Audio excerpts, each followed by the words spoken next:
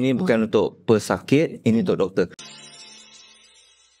Kalau katalah orang tu, kita cerita tadi pasal orang yang memang dah sihat lah. So ada orang yang bergolongan yang berisiko. Contoh macam doktor sebut tadi lah, yang ada kanser lah, yang pregnant dan sebagainya kan.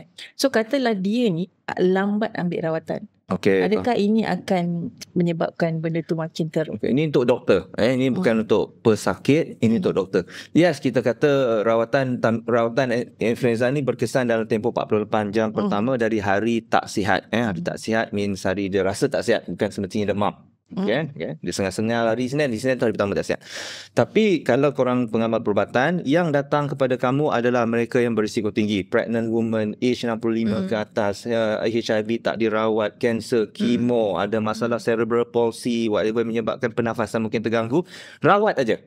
Doesn't matter. Okay?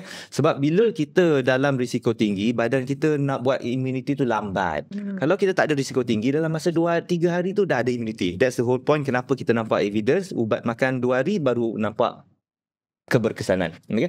Tapi kalau badan kita tak sekuat orang lain, yes, kita akan jadi lambat.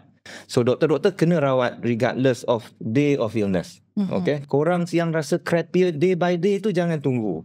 Okay? Listen to your own body.